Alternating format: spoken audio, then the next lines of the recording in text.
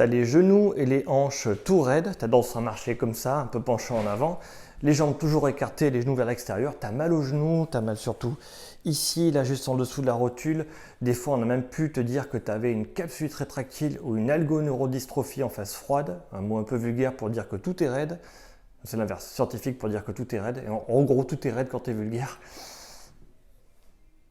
C'est pas bon comme intro ça, mais c'est pas grave, je vais t'expliquer comment on fait pour récupérer. Donc, quand c'est raide, tu tires dessus. Voilà, c'est le résumé de la vidéo d'aujourd'hui. Un truc qui est raide, tu tires dessus, ça va s'assouplir. Et forcément, quand tu tires dessus, ça fait mal. Hein.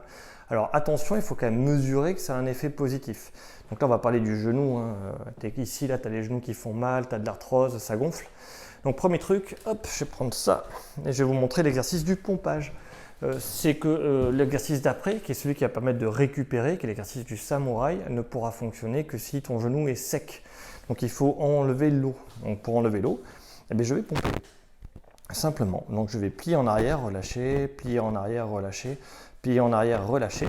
Ces mouvements de pompage vont contraindre la capsule articulaire et va permettre d'enlever une partie du liquide, qui permettra après à l'exercice du samouraï d'être utile. Dis-toi que si ton genou il gonfle, c'est parce que tu es en hypercompression en permanence. La raideur est un facteur principal à l'hypercompression. Tant que tu n'as pas la capacité totale de souplesse normale, tu ne peux pas.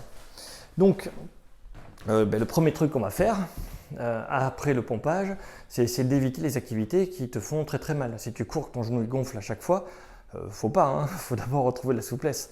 Attends que ton genou dégonfle, fais un peu de pompage, fais moins de choses, ton genou est sec, et après tu fais le samouraï. C'est cet exercice-là. Donc si tu as trop mal au genou, tu peux mettre un petit coussin sous les genoux pour t'aider.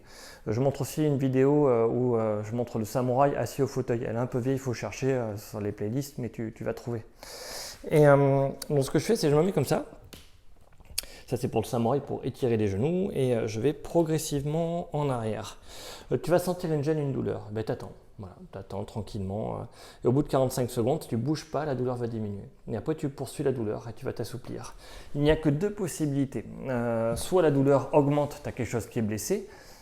Soit la douleur diminue et dans ce cas-là, ça va s'améliorer.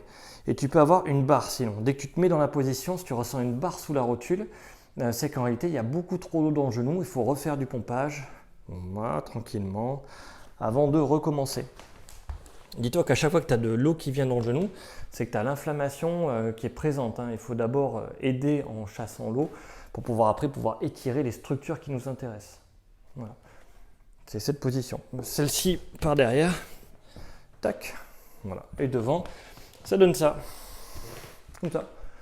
Il faut tenir cette position. J'appelle ça la position du samouraï. Il y a plein de noms à cette position. Moi, je la trouve très utile. Donc, on a dit problème de genou, le pompage. Éviter les trucs qui te font gonfler le genou, parce qu'il faut faire le samouraï en position, quand le genou est sec. Si tu as la douleur ici en bas, tu fais pas ton genou, il y a trop d'eau. Il faut faire du pompage. Quand tu prends la position, tu attends progressivement et tu vas progressivement de plus en plus en arrière. Au bout de 45 secondes, la douleur elle va diminuer. Voilà. Si la douleur augmente, c'est pas la peine, hein. Pas aujourd'hui, demain. Et si la douleur elle est stable, il faut mettre plus de pression parce que soit elle augmente, soit elle diminue. Il n'y a que deux possibilités. Voilà, hein, c'est ça. Ah, petite astuce quand même, petite explication. Il y a des gens qui disent ouais, moi j'arrive pas à tendre la jambe et j'aimerais bien tendre la jambe parce que je suis gêné quand je marche ou quand je fais des trucs.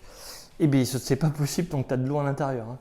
Tant que tu as de l'eau, tu ne pourras jamais tendre ta jambe. Donc il faut vraiment que le genou soit sec, regagner de la flexion. Et là, à ce moment-là, une fois que tu auras gagné suffisamment de flexion, la capsule articulaire sera suffisamment souple pour pouvoir aller en arrière et glisser en arrière. Ouais, voilà.